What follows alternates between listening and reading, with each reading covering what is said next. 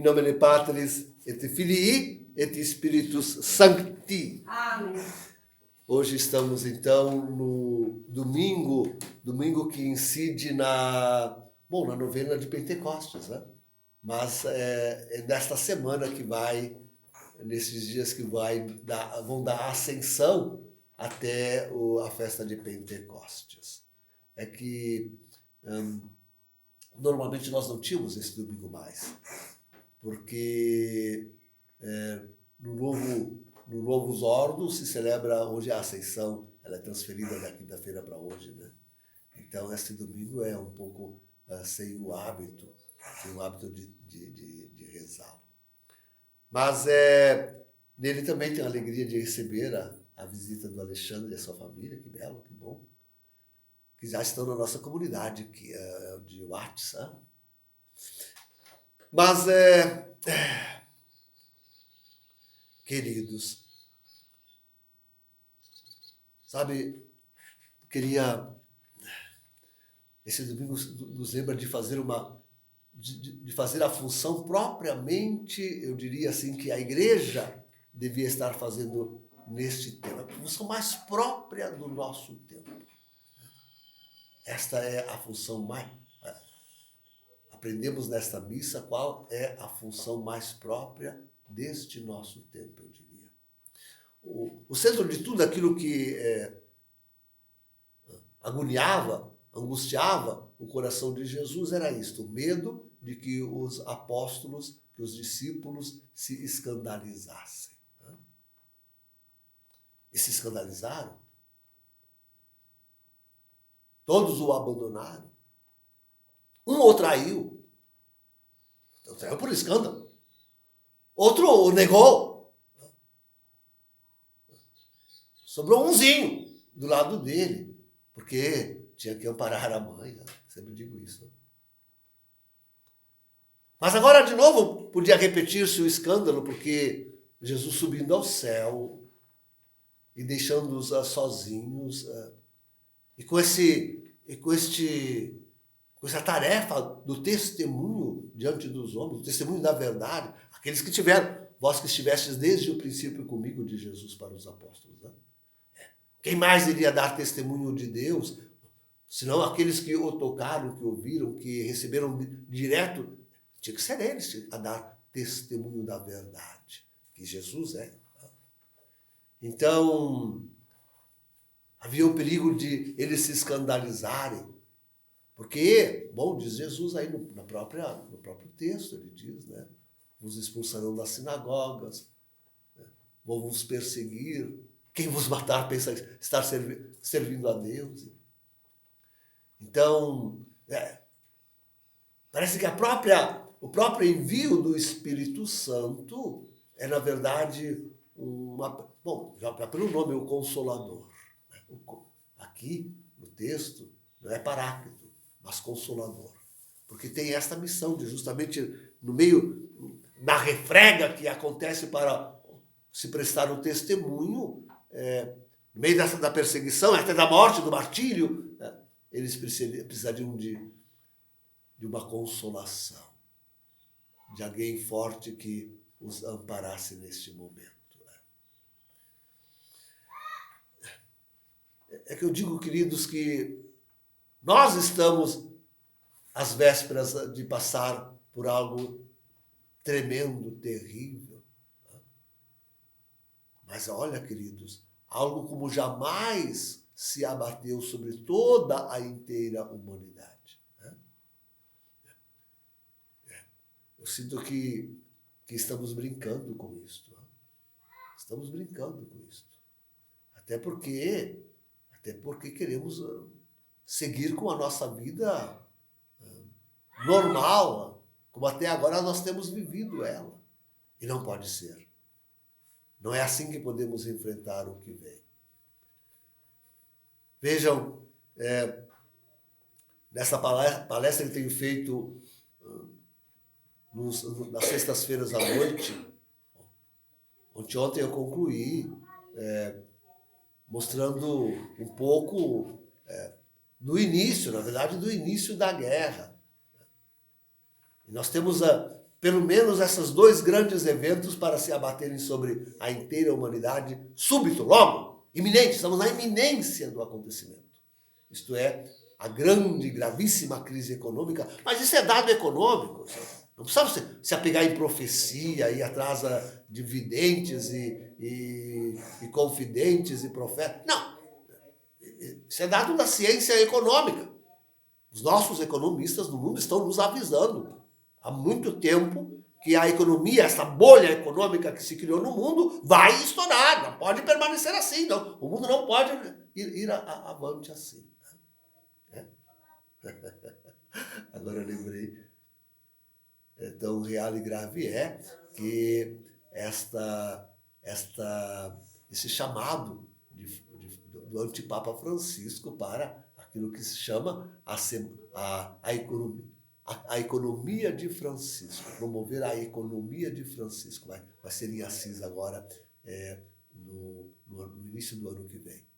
E nós temos algo a assinalar com esta data. Em todo caso, não queria falar sobre isso hoje.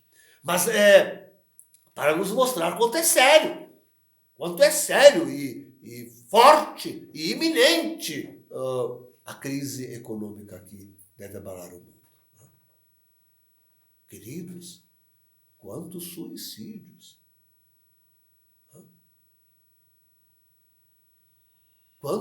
Se nós já temos um grande desemprego aqui no Brasil, por exemplo, pense na Venezuela.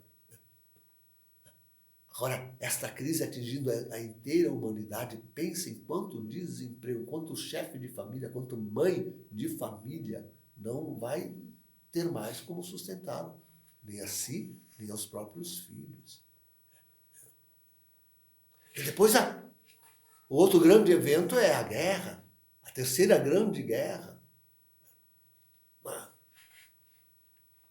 Os polos de tensão, como eu dizia ainda na sexta-feira, na live da sexta-feira, né?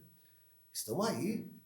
E ainda ontem de noite se mostrava em TV aberta, já nem sei mais onde eu vejo as coisas, em TV aberta, ou em todo caso nas redes sociais, os bunkers que o próprio Irã tem, né? Preparadíssimo.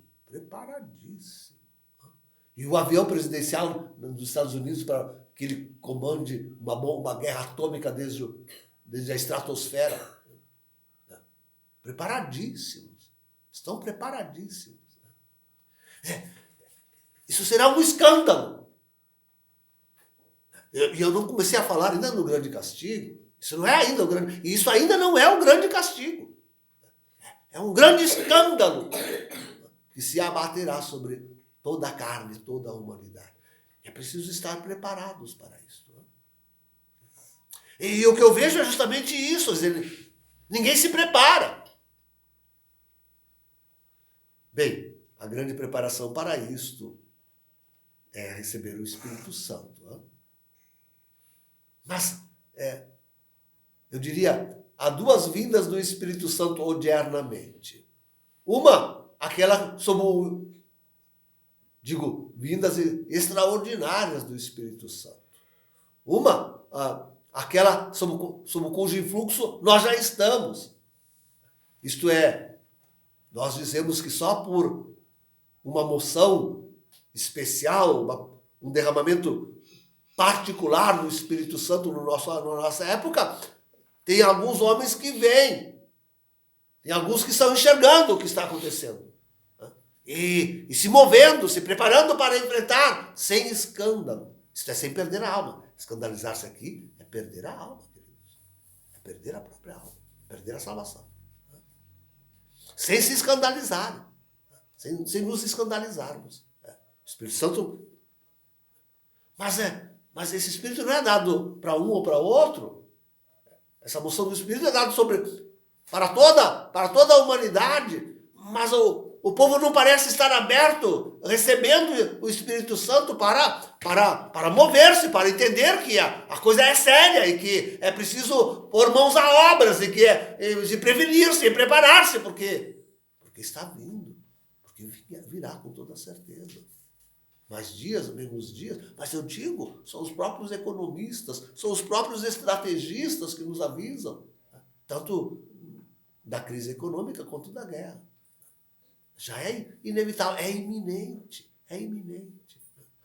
Nós estamos com o meu povo, estamos super atrasados em nos prepararmos, porque não temos ainda o nosso refúgio, não temos um lugar para plantar, para colher, para sobreviver, para ter um pouquinho de água. Água.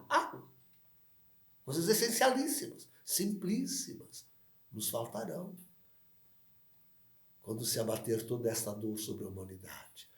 Vejam, queridos, sim, lembrei. Não vou falar mais muito. Mas o escândalo já começou, porque... E esse é o grave, ninguém vê. Já estamos sob um antipapa, que é nada mais, nada menos que o falso profeta de Apocalipse 13:11. As coisas já estão acontecendo, já estão se cumprindo. Já estão acontecendo, já estão sobre nós.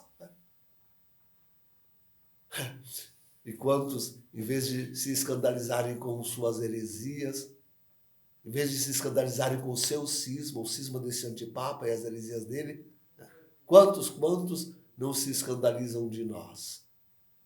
De nós, que queremos justamente manter a fé católica.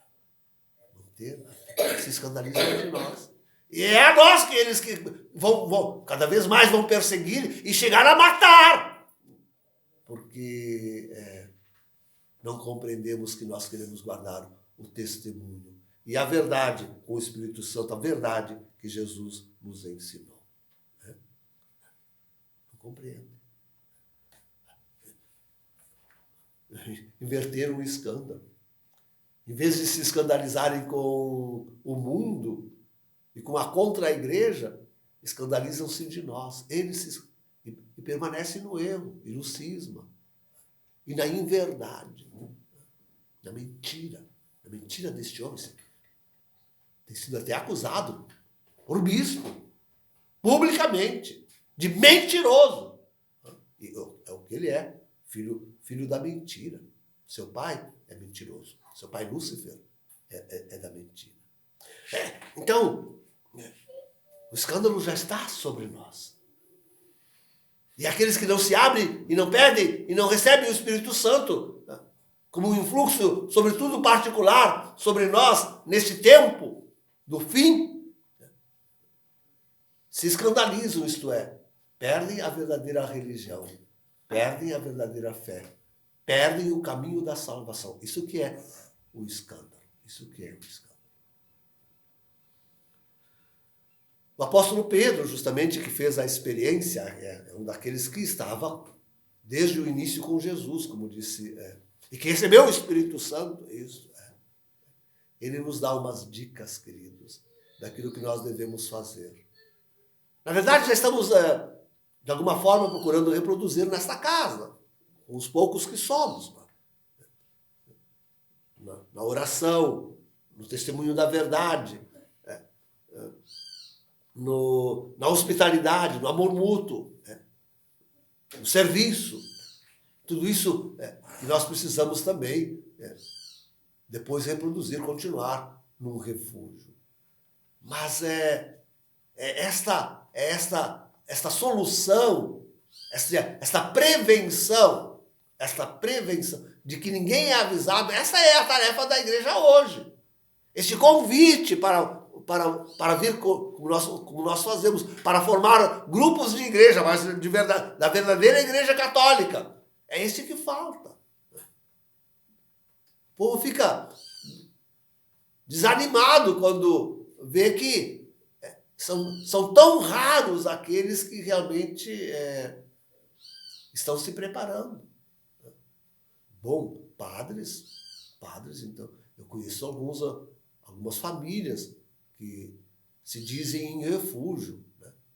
Mas realmente uma organização que parta da igreja, de bispo não se fala. Bispo não se fala. Falar em bispo. Como? Que bispo? Que bispo?